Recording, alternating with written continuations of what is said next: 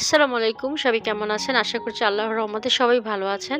এই যে এটা হচ্ছে পাখির খাবার রেডি করেছি। এটা হচ্ছে পাখির জন্য আরকি সিড মিক্সটা রেডি করেছি। ওদেরকে সপ্তাহে ২ দিন হচ্ছে আমি সফট ফুড দেই, বাকি হচ্ছে সিড মিক্সই দেই। আর এখানে হচ্ছে নাস্তা করার পর রান্নায় চলে এসেছি। আমি হচ্ছে কালো ভুনা করবো। তো এখানে গরুর মাংস নিয়ে নিয়েছি। তো ওখানে হচ্ছে ২ টেবিল চামচ মতো পেঁয়াজ বাটা দিয়েছি। আদা রসুন বাটা দিয়েছি। আর ১ টেবিল চামচের মতো পেঁয়াজ বাটা দিয়েছি। এখন দিয়ে দিচ্ছি মরিচের গুঁড়া। আর হলুদের গুঁড়া দিলাম 1/2 চা চামচ, ধনিয়া গুঁড়া দিলাম ২ টেবিল চামচ। আর জিরা গুঁড়া দিচ্ছি আমি ২ চা চামচ। আর স্বাদ মতো প্রথমে লবণও দিয়ে দিয়েছিলাম। তো এখন হচ্ছে আমি হচ্ছে মাংসটাকে আর কি ম্যারিনেট করে রেখে দিব। আর তেজপাতা, গরম মশলা, আস্ত গরম মশলাও দিয়েছি। তো ম্যারিনেট করে রেখে দিব কিছুক্ষণের জন্য। আর এদিকে হচ্ছে আমি মাংসটা বসানোর প্রস্তুতি নিচ্ছি। আর এখানে হচ্ছে ননস্টিকে মাংসটা সরিষার তেল দিয়ে মেখে রেখেছিলাম। আর এখন হচ্ছে ননস্টিকে তেল দিয়ে পেঁয়াজ কুচি দিয়ে তারপর মাংসটা দিয়ে দিলাম। যেহেতু এটা কালো ভুনা করবো, এটা আসলে ননস্টিকে না করলে পোড়া লেগে যেতে পারে, তাই আর কি ননস্টিকেই করছি।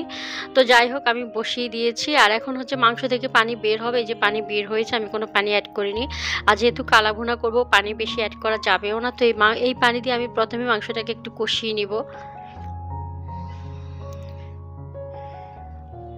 তো এই যে দেখেন মাংসের পানিটা কিন্তু শুকিয়ে গিয়েছে। এখন আমি যেটা করবো সেটা হচ্ছে সামান্য পানি দিয়ে আমি পুরো রান্নাটা করব। বেশি পানি দিলে এটা কালা ভুনা হবে না।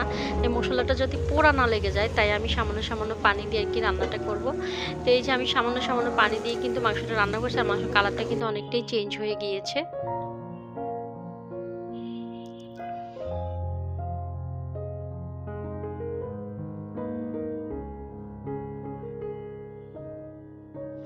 তো এই যে দেখেন মাংস থেকে কিন্তু তেলটা কিন্তু দেখা যাচ্ছে। আমি সামান্য পানি দিচ্ছি, পানিটা শুকিয়ে গেলে আবার আমি সামান্য পানি দিচ্ছি। এভাবে করে আমি পুরো রান্নাটা করেছি।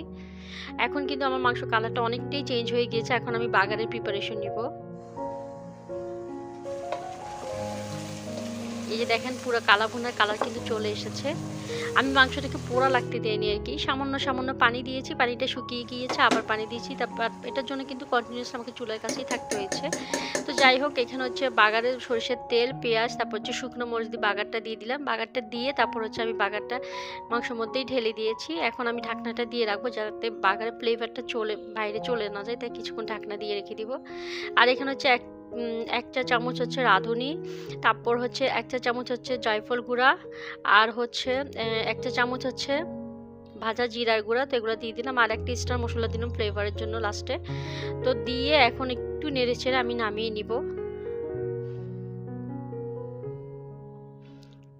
তো আমার কালা ভুনাটা কিন্তু একদম হয়ে গিয়েছে। বাগারের পর তো কালারটা আরও বেশি একদম মানে কালো হয়ে গিয়েছে। বাট আমার মশলাটা কিন্তু পুড়ে যায়নি। মশলাটা কালো হয়েছে বাট পুড়ে যায়নি। আমি ৬ থেকে ৭টি স্টেপ ফলো করেছি সামান্য পানি দিয়ে। আর এখানে হচ্ছে জাম ভর্তা করছি।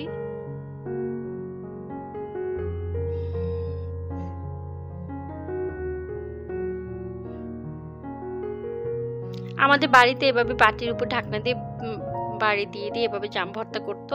তো আমি সেভাবে আর কি ট্রাই করছিলাম।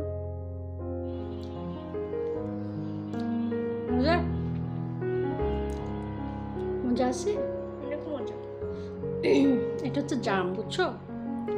এগুলো হচ্ছে আমাদের দেশি ফল, এগুলো খেতে হয়, বুঝছো? আর হচ্ছে আমি ফ্রেশ হয়ে নিয়েছি। আর আমার বাসায় যথেষ্ট পরিমাণ আলো আসে, যার কারণে পুরো বাসা আলো হয়ে থাকে, তাকানো যায় না। তাই আমি পর্দা দিয়ে রাখি, যার কারণে আর কি একটু লাল হয়ে যাচ্ছে রুমটা। তো এই যে আমার কালো বোনার ফাইনাল লুক, দেখেন কতটা ইয়াম্মি হয়েছে কালারটা। তো এখন আমি আপনাদেরকে দেখাবো ভেতরে কেমন হয়েছে। দেখেন মাংসটা কতটা সফট হয়েছে। মাংসটা কিন্তু ভাজা হয়নি বা মশলাটা কিন্তু পুড়ে যায়নি। মশলাটা একটু করে গায়েই ছিল, বাট মাংসটা কিন্তু অনেক সফট হয়েছে, সেটা আপনাদেরকে আমি দেখাচ্ছি।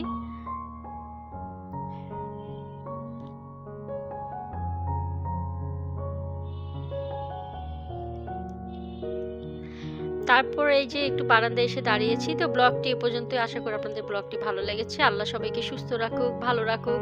আবার নেক্সট কোন ব্লগ নিয়ে হাজির হয়ে যাব। আল্লাহ হাফেজ।